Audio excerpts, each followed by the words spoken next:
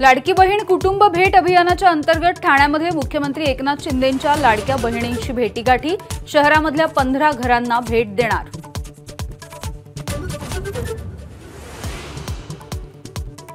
मुख्यमंत्री एकनाथ शिंदे यांच्या ठाण्यामधल्या निवासस्थानाबाहेर भाजपची बॅनरबाजी, उपमुख्यमंत्री देवेंद्र फडणवीस यांचा देवा भाऊ म्हणून उल्लेख।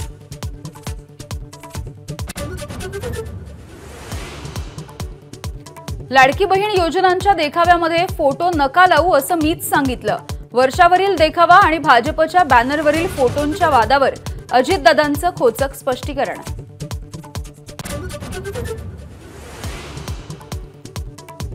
बारामतीच्या महायुतीमध्ये वाद, कार्यक्रमाला उपस्थित न राहिल्यामुळे अजित पवारांच्या फोटोवरती घातला काळा कपडा, तर शिंदेंच्या नेत्याचा बॅनर अजित पवारांच्या कार्यकर्त्यांनी फाडला।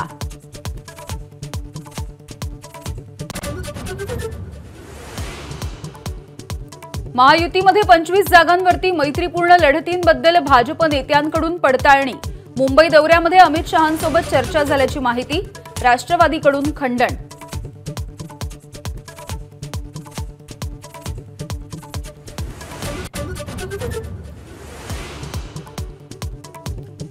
नागपूर हिट अँड रन प्रकरणामधल्या कारमध्ये संकेत बावनकुळे असल्याचं पोलिसांना मान्य, वाहन चालकाच्या बाजूला बसल्याचं पोलिसांकडून नमूद। काल रात्री संकेत बावनकुळेची चौकशी।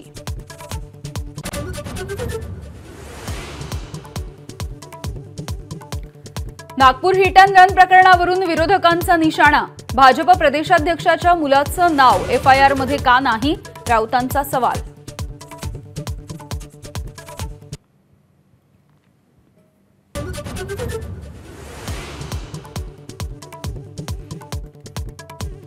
नाशिकच्या शिंदे गावातील फटाक्यांच्या गोदामाला भीषण आग, आगीवरती नियंत्रण मिळवण्यासाठी शर्थीचे प्रयत्न सुरू।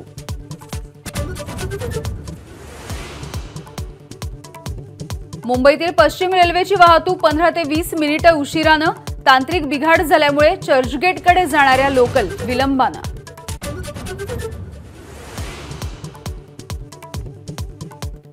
आज गौराईंचं आगमन, 1.5 दिवसांच्या माहेरवाशिणीचा पाहुणचार करण्यासाठी घरोघरी लगबग।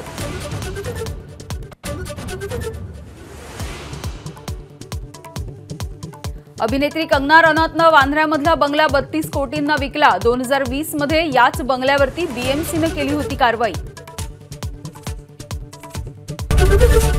एबीपी माझा, उघडा डोळे बघा नीट।